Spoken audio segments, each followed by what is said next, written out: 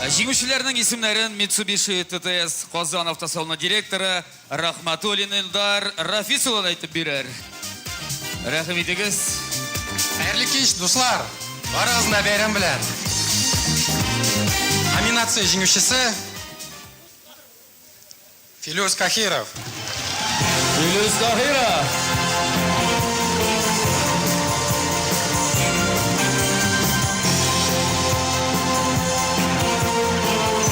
Филюс, шанслар бар. Mitsubishi сұра. Филюс Кахировны шон көңілден құттықтаймыз. Шундай күчле алкышлар белән Татарстанның ат казанган артистын чакырасы килә.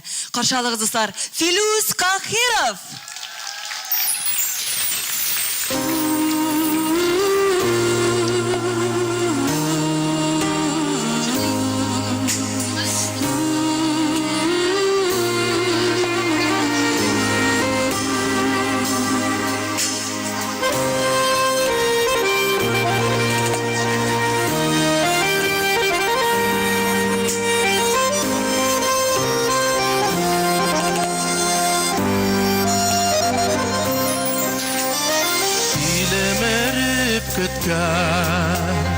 Yaşlıklar ötken unutmansındır sen meni kuptan unutmansındır sındır yazmışlar şuldur yalgışlar şuldur unutmansındır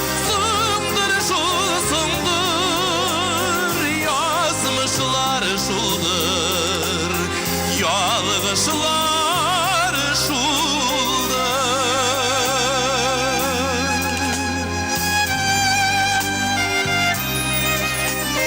senin de meni oylamıysındır ulu da oylamay dip oylaysındır oylamıysındır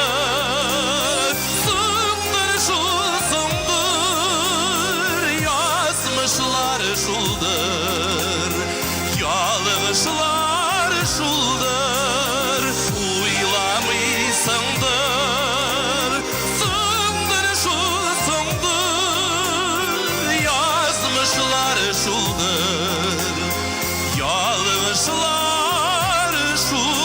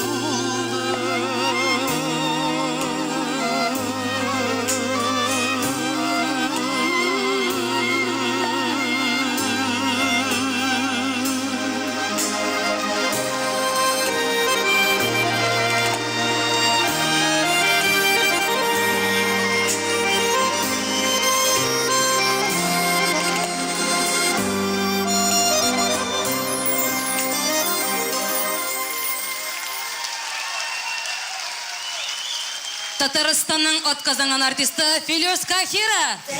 Рахмат, Бекзат.